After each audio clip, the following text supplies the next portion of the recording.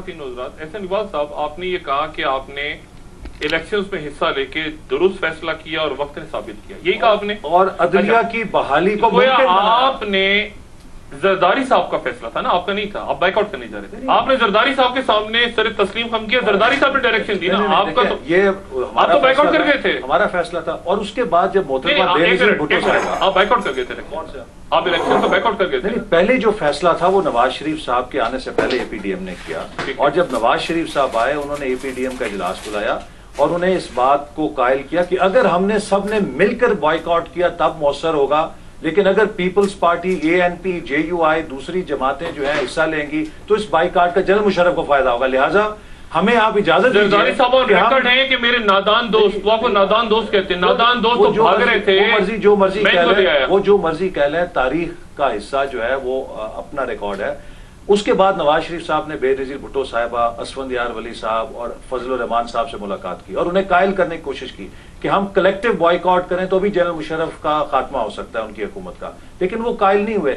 پھر انہوں نے اے پی ڈی ایم کا اجلاس بلایا اور کہا کہ دیکھیے اگر اب ہم نے بائک آؤٹ کیا تو یہ جنرل مشرف کے لیے اور ان کے ہمنوا لوگوں کے لیے میدان کھلا چھوڑے گا، لہٰذا اب ہمیں جب وہ حصہ لے رہے ہیں تو اس میں حصہ لینا چاہیے۔ اگر آپ اس پورے تام جھام سے این آر او زدہ تام جھام سے باہر رہتے تو آپ ایک بہتر، شاید بہتر، یعنی آج اب پھنس گئے عجیب، یعنی مجھے معذرت کے ساتھ حمیداللہ صاحب یہ جو بات ہے ان کی، اس میں وزن تو ہے کہ کھلا میدان۔ میں آپ کو بتاؤں کہ یہ بات ایسے تھی کہ جب نواز شریف سے واپس لوٹنا تھا اس سے پہلے اے پی ڈی ایم کی ایک میٹنگ ہوئی جس میں بڑا اصرار کیا مسلم لیگ نون نے، راجہ ظفر الحق وہاں تھے، چودھری نثار وہاں پہ تھے، جاوید ہاشمی تھے، مجھے یاد نہیں ہے کہ احسن اقبال تھے، میرا خیال ہے یہ بھی موجود تھے، جس میں یہ اے پی ڈی ایم بہت ریلکٹنٹ تھی، متذبذب تھی کہ بائک آؤٹ کا فیصلہ نہ کیا جائے، لیکن مسلم لیگ نون اصرار کر رہی تھی کہ بائک آؤٹ ہونا چاہیے۔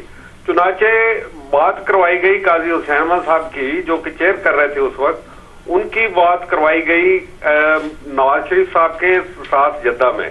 نواز شریف صاحب نے کہا کہ بائک آؤٹ کرنا ضروری ہے، چنانچہ قرارداد منظور ہوئی۔ غالباً یہ 22 تاریخ کی بات ہے کہ قرارداد 22 نومبر کو 2007 قرارداد منظور ہوئی اسلام آباد میں کہ بائک آؤٹ کیا جائے گا سب جماعتوں نے بشمول مسلم لیگ نون کے۔ جس وقت قاضی صاحب کا جو تذبذب تھا اس کے اوپر بحث چلی تو جاوید ہاشمی صاحب نے، چودھری نثار نے کہا کہ اگر بائک آؤٹ نہ ہوا، اگر نواز شریف اپنے وعدے سے پھر گیا تو ایسی صورت میں ہم ریزائن کر دیں گے اپنی۔ چودھری نثار اور جاوید ہاشمی نے کہا کہ اگر نواز شریف وعدے سے پھر گیا تو ریزائن کر دیں گے۔ میں گواہ ہوں، میں وہاں موجود تھا۔ انہوں نے کہا کہ ہم پھر ایسی صورت میں پارٹی کو چھوڑ دیں گے۔ احسن اقبال بھی تھے کیا؟ وہاں احسن اقبال بھی تھے؟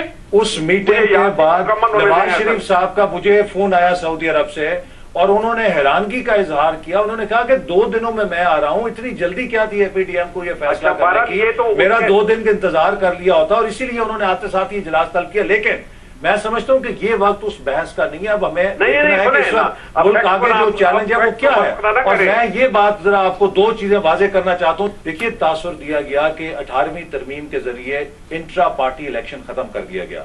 میں آن ریکارڈ یہ کہنا چاہتا ہوں کہ پاکستان پولیٹیکل پارٹیز ایکٹ موجود ہے جس کے تحت ہر پارٹی پابند ہے کہ 3 سال کے بعد الیکشن کرائے، ورنہ الیکشن کمیشن اس کی رجسٹریشن کو کینسل کر سکتا ہے۔ دوسری بات فلور کراسنگ کے حوالے سے ہے وہ کہ جی کوئی پارٹی کا لیڈر کسی کو بھی باہر نکال سکتا ہے، ایسے کسر قتل نہیں ہے، یہ صرف فلور کراسنگ سے متعلق ہے۔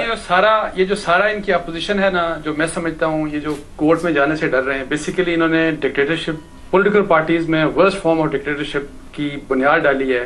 یہ دیکھیں کانسٹیٹیوشن میں تو پھر آرٹیکل 6 بھی شامل ہے اور اس کا قانون بھی موجود ہے، اس کو بھی نکال دیں۔